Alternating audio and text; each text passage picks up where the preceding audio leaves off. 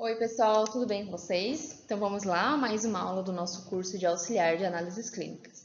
Então, hoje a gente vai falar um pouquinho, sobre hematologia, começar um pouquinho com os conceitos do que se trabalha na hematologia. Bom, então a hematologia ela é um ramo das ciências da saúde que vai estudar os elementos que formam o sangue, os chamados elementos figurados, como as hemácias, leucócitos e plaquetas. Além disso, também na hematologia se estuda os mecanismos de produção desses elementos. Então, como que é formada uma hemácia, como que é formado um leucócito e como que é formada as plaquetas. E ainda se estuda o estado de normalidade e algumas possíveis alterações que possam indicar patologias no sangue ou até mesmo em outros tecidos e que é representado a partir do sangue. Bom, então, o sangue total ele corresponde a 8% do peso corporal de um indivíduo. Então, desse 8%, os 45% vão ser elementos celulares, então são células, e 55%, serão o plasma, que é a parte líquida que a gente chama do sangue, Então, dentro dos elementos celulares, a gente vai ter células, plaquetas e leucócitos. Dentro dos leucócitos, eles são subdivididos então entre neutrófilos, eosinófilos, basófilos, linfócitos e monócitos. Bom, então, estima-se que a cada 500 hemácias se tem 30 plaquetas e um leucócito. Então, a porcentagem de hemácias ela é muito maior do que de leucócito. Então, as hemácias, só para a gente recapitular, são as células vermelhas, as chamadas células vermelhas do sangue, e o leucócito é a célula branca. Bom, então, como que é composto, esse sangue?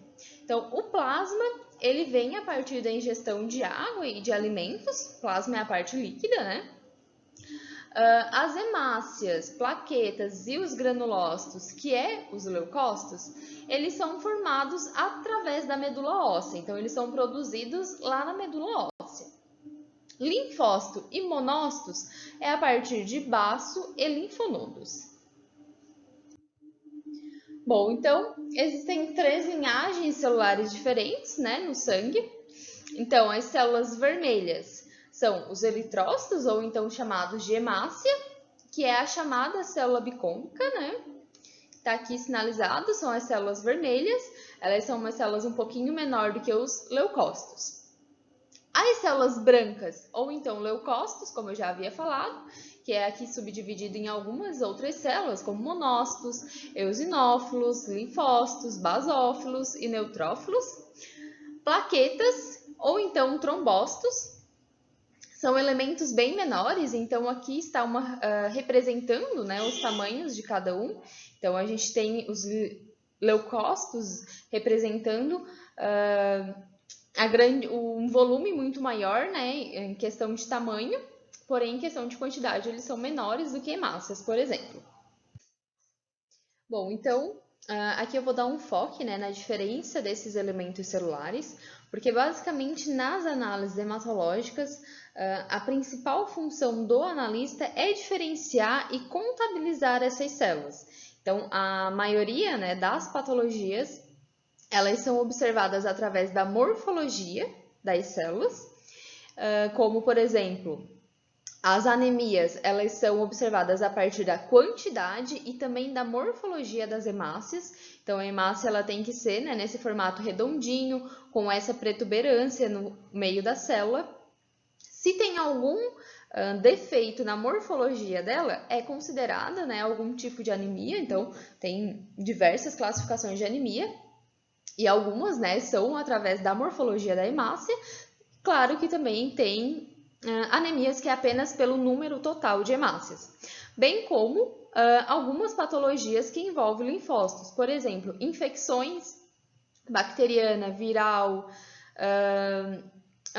parasitária também envolve contagem de linfócitos e também avaliação de morfologia dos linfócitos. Então, resumidamente, as hemácias elas vão ser células um pouco menor do que os linfócitos e elas são todas vermelhas, então toda a estrutura dela vai ser vermelha.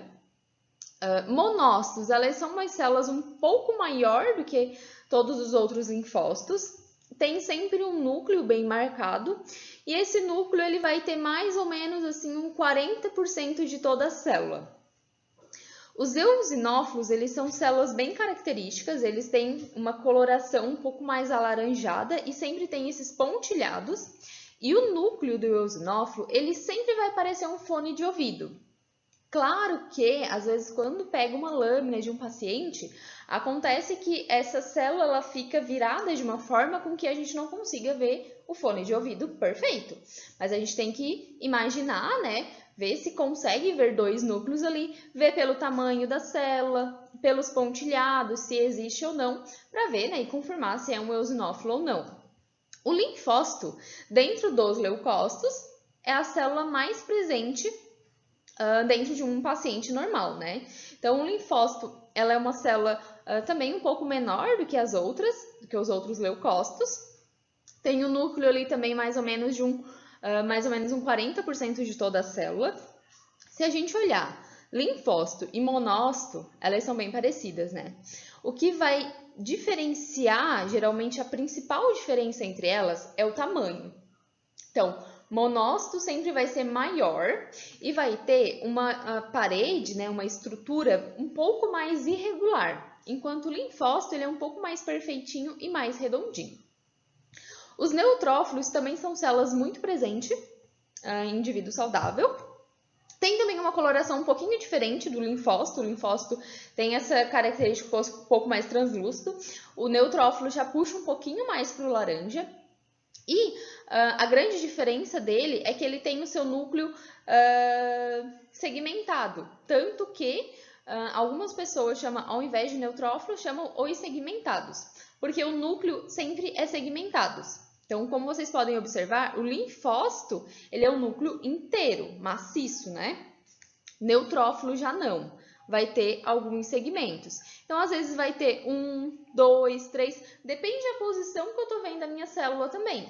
Às vezes aqui vai aparecer como se fosse um fone de ouvido também, como se fosse o eosinófilo. Só que o que eu vou ter que prestar atenção? Nas características secundárias. Então, nos pontilhados, neutrófilo não é para ter tanto pontilhado e tão marcado quanto o eosinófilo. Então, todos esses detalhes, eles são importantes na leitura de lâmina e diferenciação celular. O basófilo também, assim como o eosinófilo, são células muito características. Elas têm um núcleo, às vezes, um pouco mais difícil de ver, mas quando dá de ver o núcleo do basófilo, ele é bem parecido com o linfócito. Porém, a grande diferença do basófilo é que eles têm esses pontilhados, que pode aparecer como se fosse um roxo, um azul, assim, mas são os pontilhados bem mais grosseiros. Vocês conseguem perceber que no eosinófilo são granulado menor, e no basófilo são granulado um pouco maior. E também tem uma diferenciação de cor. Então, na hematologia, se a gente sabe essa diferenciação celular aqui, a gente dominou boa parte dessa área. Porque, basicamente, todas as análises hematológicas precisam passar por diferenciação celular. Bom, então, após a coleta de sangue, realizada nos tubos de coletas, né, já conhecidos, já foi apresentado antes para vocês, a gente tem o tubo com anticoagulante, EDTA, e o tubo sem anticoagulante, né? Aqui tem duas exemplificações do tubo sem anticoagulante. Aqui eu tenho um tubo que tem um gel divisor, é apenas um gel para dividir entre a parte branca e a parte vermelha. E aqui é um tubo que não tem gel, então tem a divisão, porém não é tão perfeita, né? Então, o que acontece? Eu tenho, sempre fica na parte de cima, a parte líquida do sangue, que é a parte chamada amarela, a parte branca, que é o plasma, ou então chamado de soro. Existe uma pequena diferença entre soro e plasma. O plasma é onde a gente vai encontrar os fatores de coagulação. Então, é utilizado um anticoagulante, na verdade, a utilização do gel vai preservar os fatores de coagulação. Isso é importante para os exames que precisam avaliar a cascata de coagulação. Por exemplo, um paciente que vai fazer uma cirurgia, geralmente precisa ser avaliado cascata de coagulação, para não ocorrer nenhuma interferência durante a cirurgia, né? Então, é feita a avaliação dos fatores de coagulação. Então, para fazer avaliação de fatores da coagulação, eu preciso conservar esses fatores. Então, eu preciso utilizar esse gel, né? Então, tem que ter um tubo com gel, eu vou coletar o meu sangue nesse tubo e eu vou preservar. Então, para realizar esse exame de fatores da coagulação, né, eu vou utilizar o plasma, que é a parte superior, a parte líquida, amarela, que fica acima da parte vermelha. O soro é quando a gente utiliza apenas um tubo seco e ele vai fazer essa separação também, porém eu não vou ter fatores da coagulação. Porque o que acontece aqui? Eu não tenho fatores da coagulação porque o meu sangue precisou usar esses fatores da coagulação para ele mesmo se coagular sozinho e ter essa divisão. Então, porque a partir do momento que eu coleto um sangue ou qualquer forma que saia o sangue de dentro do organismo, o sangue ele vai se coagular sozinho. Por mais que eu não tenha nenhum tipo de interferência, ele vai coagular sozinho. Para coagular, ele vai utilizar os fatores da coagulação. Então, aqui só para lembrar, né, para realizar o famoso exame de sangue que a gente conhece, né, que na verdade é o hemograma, então se utiliza o sangue total com o anticoagulante DTA. Então, eu não vou ter essa divisão, né, quando é utilizado o anticoagulante DTA. Aqui, eu quis trazer para vocês uma diferença, assim, do sangue total para o soro e plasma, né, enfim. Quando a gente coleta o sangue, geralmente ele tá assim, todo vermelhinho, né? Que é chamado de sangue total. Uma vez que esse sangue ele não vai ter a presença de anticoagulante, então é colocado esse sangue, esse tubo de coleta, né? Numa centrífuga, que realmente vai fazer uma força centrífuga para fazer a separação mais rápida das minhas células vermelhas e, e o meu soro, ou então o plasma, né? Então, aqui tem a diferença, né? Aqui, por exemplo, no sangue total, eu vou ter tudo misturado. Vou ter linfócitos, plaquetas, hemácias, tudo misturado. A partir do momento que eu faço uma centrifugação e que é possível essa separação entre soro e células vermelhas, eu vou ter mais abaixo, na parte vermelha, apenas os eritrócitos. Então, os eritrócitos eles vão ficar mais abaixo.